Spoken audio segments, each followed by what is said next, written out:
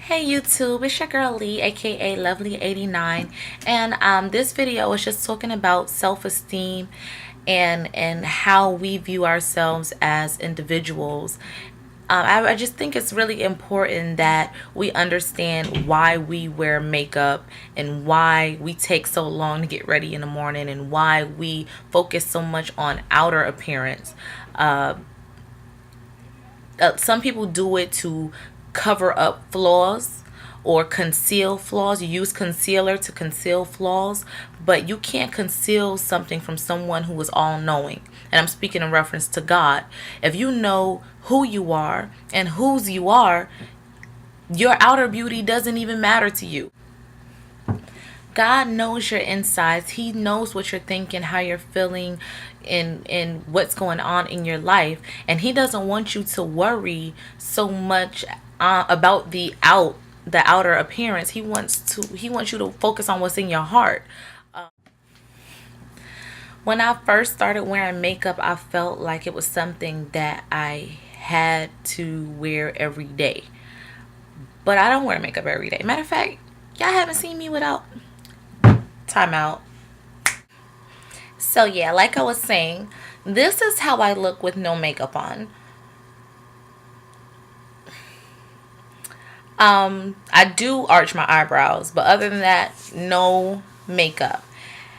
When I first started wearing makeup, I felt like I had to wear it because I wasn't really confident in who I was. Now I'm to the point where I respect the way that God has made me. Not to respect the way He has made me is a slap in His face. That's like saying, you're not God, you're not perfect, you're not flawless.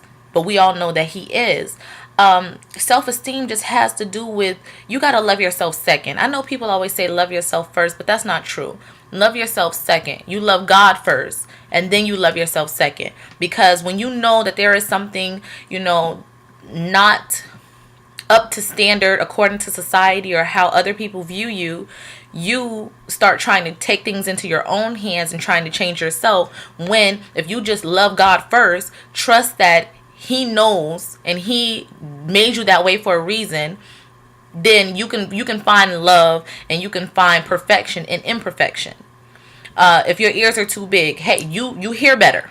If your head is too big, maybe you're smarter. You have a bigger brain, maybe. I don't know. And I'm not being funny. I'm just saying God made people different for a reason. He didn't want us all to be robots. And I just think in society, stars and actors and singers, they set unrealistic goals and unrealistic expectations. Like in the black community, if you're tall, skinny, and light skinned, then you're just the bomb.com, and that's just not the truth. Like you out here on YouTube, like I've seen some of the prettiest dark-skinned women. They're just beautiful. They're just beautiful. And you have to know that you're beautiful. You don't have to wait for somebody else to tell you how you look.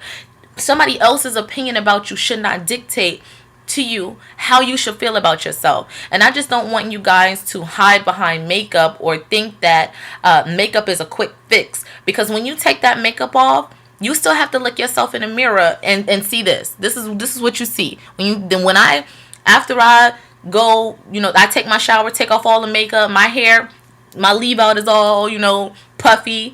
This is what I have to see. And if I don't like it, then there's nothing I could do about it. I have to love me for me.